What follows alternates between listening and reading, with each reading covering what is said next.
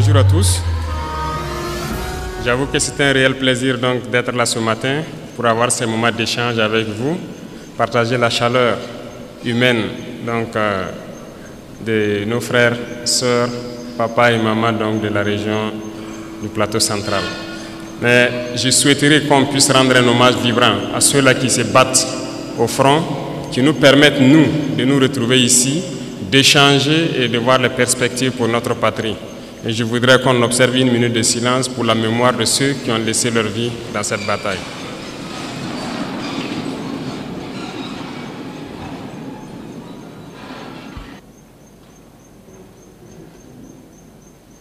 Je vous remercie.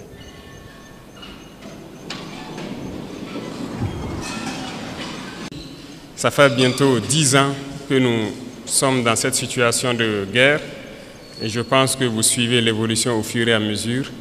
Et j'espère que tout le monde est conscient que nous ne sommes plus dans une guerre de terrorisme, mais dans une guerre d'indépendance. Et il faut que chacun comprenne que c'est une logique pour les impérialistes de nous imposer cette guerre. Normalement, chaque leader, chaque dirigeant devrait se battre pour son pays. C'est une logique. Ils se battent pour leurs intérêts et nous, nous devons nous battre aussi pour nos intérêts.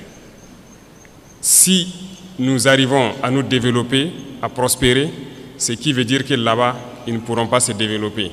Ils vont devoir régresser. Si nous arrivons à transformer demain nos matières premières, ça veut dire que là-bas, des usines vont fermer. Est-ce que vous comprenez la logique? Donc c'est normal qu'ils se battent pour mélanger notre société, pour nous maintenir dans cette guerre constante et qu'on ne puisse jamais réfléchir un jour se développer. Et là, ils continueront à se développer eux et nous, nous serons toujours là à exporter vers eux nos matières premières et notre jeunesse en train de souffrir dans la misère, chercher à traverser l'océan pour aller mendier là-bas. Donc, ils sont dans leur logique de protéger leurs intérêts, de la mauvaise façon certes, mais nous, notre devoir c'est de nous battre pour nous affranchir et nous sortir de cette situation. Voilà pourquoi donc, je profiterai donc de ce mois béni où chrétiens et musulmans se retrouvent donc en mois de carême, souhaiter un bon mois de carême à tous et que Dieu exauce les prières des uns et des autres. Aussi que chacun puisse à son niveau vraiment profiter de ce mois pour changer de paradigme vis-à-vis de ses voisins, de tous ceux qui nous entourent. Et je souhaite que les leaders religieux, ici au Burkina Faso, profitent de ce mois aussi pour prêcher, voilà, je dirais la bonne parole, pour prêcher vis-à-vis de ceux-là, ces égarés qui tiennent les armes dans la brousse et qui tuent, parce que certains tuent et ils pensent qu'ils tuent au nom de la religion. Il faut que les leaders religieux puissent donc ensemble faire beaucoup de déclarations, beaucoup de prêches pour les faire comprendre que ce n'est pas de la religion. Pourquoi je le dis? Parce que je pense que beaucoup d'entre vous ont des frères ou des sœurs qui sont FDS, qui sont dans la brousse. Il est quasiment impossible aujourd'hui de prendre une base terroriste et ne pas trouver des livres coraniques ou autre chose. Ça veut dire que, donc je pense que par la parole, vous pouvez les atteindre. Il faut faire beaucoup de déclarations, beaucoup de prêches pour les faire comprendre que ça, ce n'est pas de l'islam. C'est tout sauf de l'islam. On n'a jamais dit de tuer.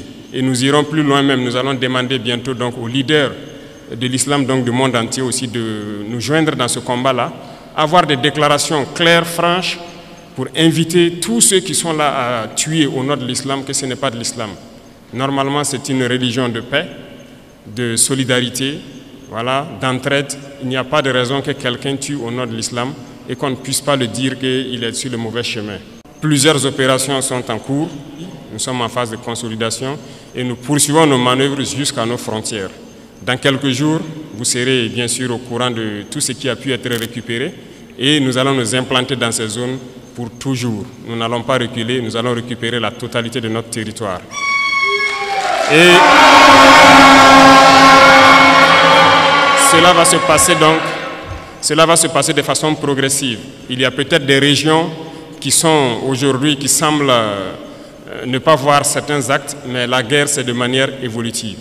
Nous allons blanchir totalement des zones et arriver au fur et à mesure. Et resserrer l'étau sur ces gens, c'est comme je le dis, ils n'ont que de choix, soit de comprendre le message, de revenir à la patrie, ou bien ils vont disparaître. C'est à eux de choisir. dans ce combat que nous menons aujourd'hui, le plus dangereux, c'est la guerre de communication. Et je pense que ce n'est pas la première fois. Et aujourd'hui, je pense que les Burkinabés, les Africains doivent avoir compris qu'est-ce que c'est que la guerre de communication. Malheureusement ou heureusement pour nous, l'impérialisme, comme disait Thomas Sankara, est un mauvais élève. Un très mauvais élève parce que vous avez beau le chercher de la classe, il va revenir avec les mêmes méthodes. Ils ne peuvent pas changer. Et souvent, ça devient du ridicule. Quand vous prenez aujourd'hui les médias impérialistes, vous voyez ce qu'ils publient. Ils ont procédé par la même méthode pour mettre le feu au Rwanda, par la même méthode pour détruire le Soudan, par la même méthode pour détruire l'Afrique. Ça ne va pas prendre. Et aujourd'hui, je pense que vous êtes bien conscients, ils sont très forts dans manipuler l'information, créer du faux tout autour. Et tenez-vous bien, ces mêmes médias, je le dis aujourd'hui haut et fort, surtout Jeune Afrique, nous ont courtisés au tout début, 2022-2023. Ils sont passés par plusieurs canaux pour nous aborder, pour nous faire payer et laver notre image, comme ils le disent. Nous avons refusé, ils ne peuvent pas le nier parce qu'on a les preuves chez nous. Ils ont envoyé des gens, c'est comme ça qu'ils fonctionnent. Et beaucoup de chefs d'État tombent dans leur piège, ils versent de l'argent chaque mois pour qu'on publie des articles pour laver leur image. Non, c'est dangereux. Ils ne vivent que de ça. Vous payez l'argent, ils mentent, ils lavent votre image.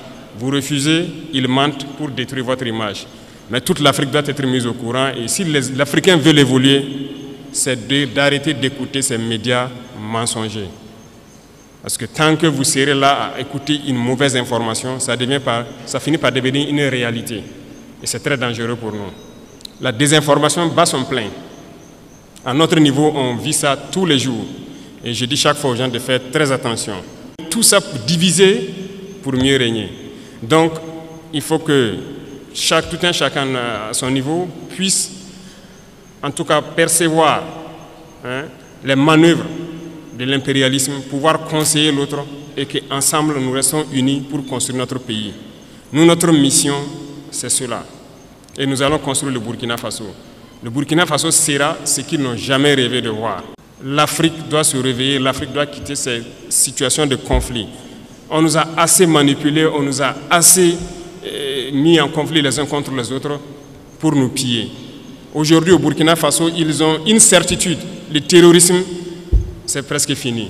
Qu'est-ce qu'il faut faire? Soit créer une rébellion ou créer une guerre civile. C'est ça. Et ils sont dans la manœuvre pour ça. On les attend. Et il faut que chacun, à son niveau, fasse attention. Parce que si les gens se laissent manipuler, on va les aligner, on va les allumer comme les autres aussi. La manipulation ne doit pas passer. On a un objectif à atteindre, on va atteindre l'objectif. C'est la mission qui nous est assignée actuellement. Et je vais inviter donc tout un chacun à prendre ça en considération parce que l'impérialisme a plusieurs visages. On parle des impérialismes qui sont hors du continent, mais il y a des impérialistes au Burkina Faso ici. Quand il s'agit de dire certaines choses crûment, il faut le dire. Ça va faire mal, on va se demander pardon, mais il faut qu'on se dise la vérité pour pouvoir avancer. Il y a des gens au Burkina Faso qui ne veulent pas voir les autres évoluer. Il y a des gens qui veulent rester eux seuls au sommet. Non. Nous avons décidé de rendre l'État un peu plus fort et de partager les richesses. Parce que l'intoxication a commencé déjà quand on a commencé à mettre en place l'initiative Faso Mebo. Beaucoup d'entrepreneurs ont commencé à intoxiquer la jeunesse et tout ça. Non. Nous, on a donné des marchés. On a donné des marchés de route, non? On est à quel niveau? Les taux d'exécution, pour la plupart, ce n'est pas bon. Le ministre a fait dernièrement une sortie, une tournée. Vous avez tous suivi à la télé. Ça ne va pas trop. C'est lent. On demande aux gens de s'unir. Nous-mêmes, on a essayé de mettre des gens en groupement. Ils ne veulent pas travailler en groupement. Ça veut dire qu'on les unit d'une manière ou d'une autre pour qu'ils puissent aller vite. Nous, on ne va pas attendre les caprices des uns et des autres et que le Burkina va se développer dans 500 ans, 1000 ans. Non. Nous, c'est dans 5 ans. On veut voir des trucs assez significatifs. Donc, si vous vous unissez, vous aurez plus d'équipements et vous pourrez travailler plus efficacement. Résultat de course, on est en train d'équiper l'ONBA, la Sonaterre. Voilà que tout de suite, les gens demandent l'eau. On est obligé de faire nos barrages nous-mêmes, curer ce qui est là et creuser des points de nous-mêmes. Voilà pourquoi on a payé les équipements pour équiper l'ONBA. Ils sont déjà à RDougou sur la route de Bobo pour faire les premiers barrages. Deuxième chose, ce sont les banquiers. Aujourd'hui, ça nous revient encore beaucoup que beaucoup de banquiers refusent d'accompagner ceux qui gagnent des marchés de l'État et tout ça. Bon, on est là-dessus, il faut que les gens changent de fusil d'épaule. Parce qu'il y a un banquier dans la salle, je ne sais pas, hein. Il n'y en a pas, d'accord. Donc vous les rapporterez, les banquiers. Il faut que ça change, parce que beaucoup de banques fonctionnent avec l'argent de l'État. On a demandé aux banquiers de rétrocéder une partie, donc c'est ce qu'on appelle les dépôts à terme, les DAT. Ce sont les sociétés d'État qui déposent leur argent dans les banques. On veut notre argent pour faire du travail. Les gens trouvent qu'ils ne peuvent pas donner l'argent parce que ça va affaiblir leur banque. Mais chaque année, les banques ont réalisé tant de milliards d'intérêts nets. L'autre jour à la télé, j'ai regardé une banque qui fait aussi des milliards d'intérêts et se partagent. Non. Soit on se comprend vraiment autour d'une table, ou bien nous on va passer à une autre méthode. Et ce matin, je tenais à faire cette déclaration pour que vous compreniez que la bagarre qui va commencer, la poussière va se soulever comme on aime le dire. Mais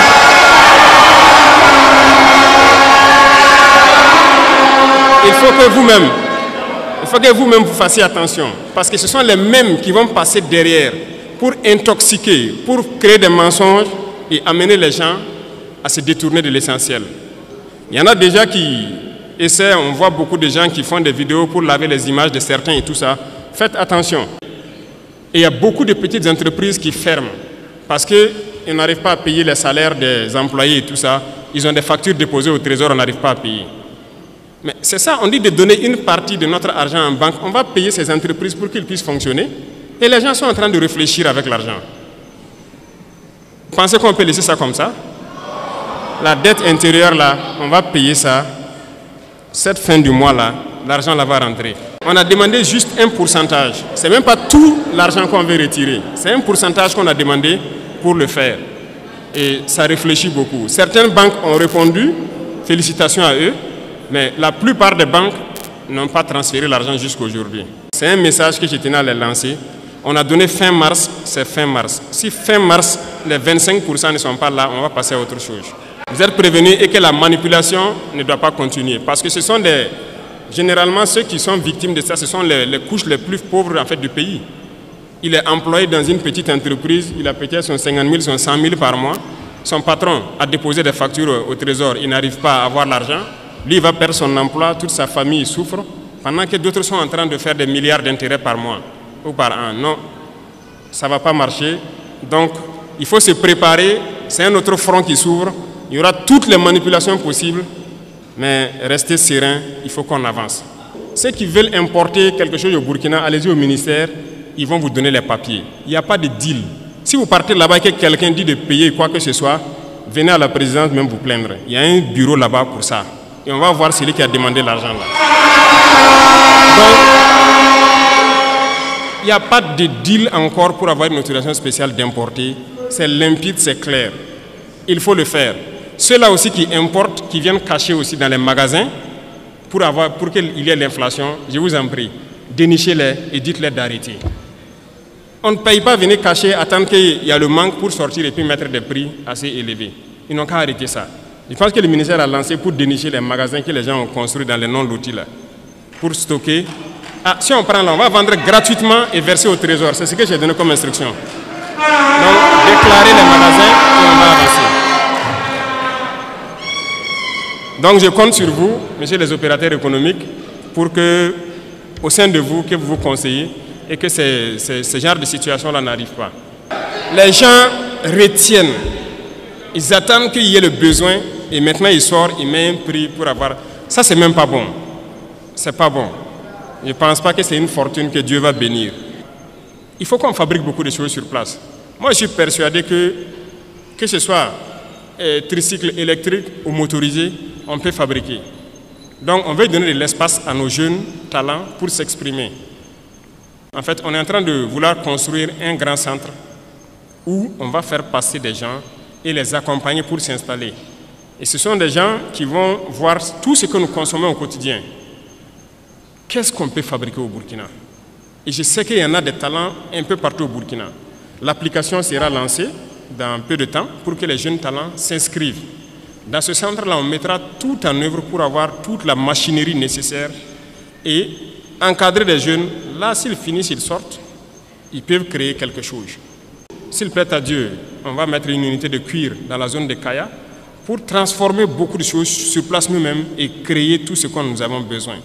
Tant qu'on ne va pas arriver à cette étape et qu'on va continuer à payer dehors, notre richesse ne va pas nous profiter. Il faut qu'on change de paradigme dès maintenant. C'est là qu'il y a l'emploi. C'est là que les gens vont travailler et c'est là notre vraie indépendance. Dernier point, qui sont donc nos camarades élèves et étudiants, qui ont beaucoup de doléances. En tout cas, je peux vous assurer qu'on connaît tous vos problèmes. On va faire des cités universitaires. Et même les questions des restaurants, de bourses, intermédiaires, tout ça sont des problèmes qu'on connaît. Mais c'est petit à petit. On ne peut pas régler ça tout de suite. Vous avez déjà la construction de la cité ici, c'est ça, le bâtiment administratif. On espère que l'année prochaine ou plus tard, on va lancer les cités universitaires, agrandir les capacités des restaurants universitaires, augmenter le nombre de plats et pour finir la question des bourses.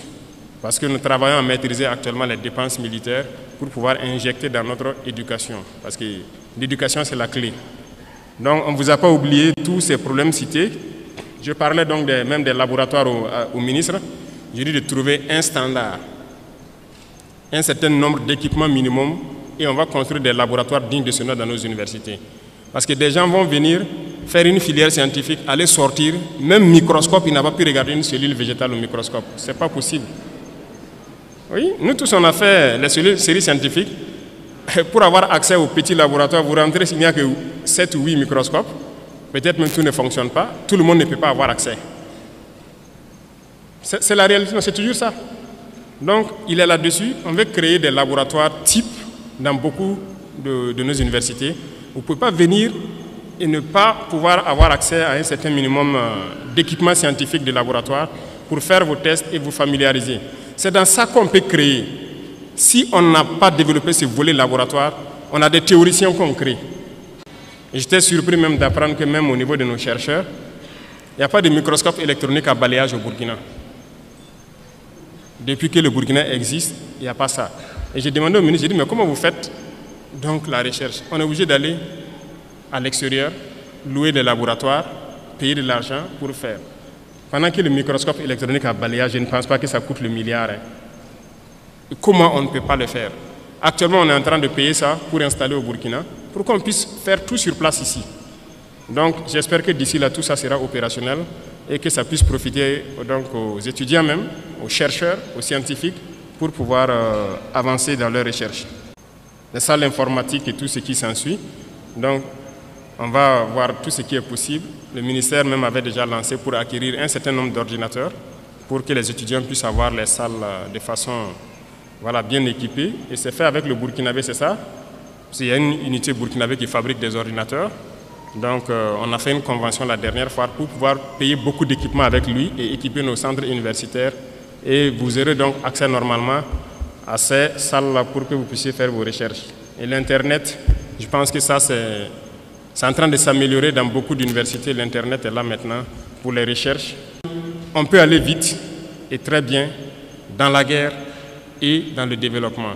Nous avons foi, nous ne perdons jamais espoir, nous sommes vraiment très confiants. Et tant qu'on vous voit motivé, mobilisé, c'est notre carburant comme ça. On ne se fatigue jamais, on va continuer d'avancer dans ce sens-là. Et je disais donc à tous les ministres, j'ai dit de serrer la ceinture. Depuis qu'on est là, il n'y a pas de vacances gouvernementales. Ça travaille 24 sur 24. L'ALT aussi, c'est ça.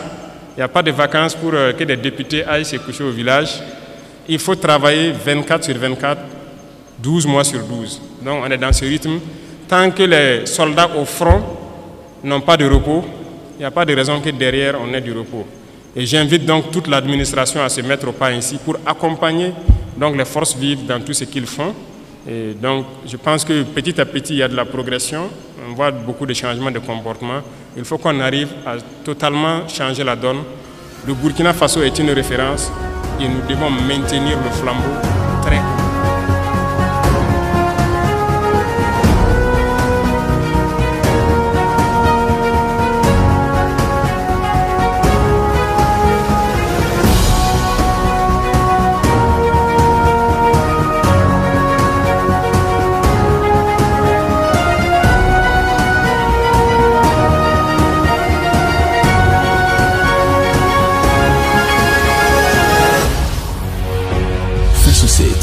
facette de l'information au Burkina Faso.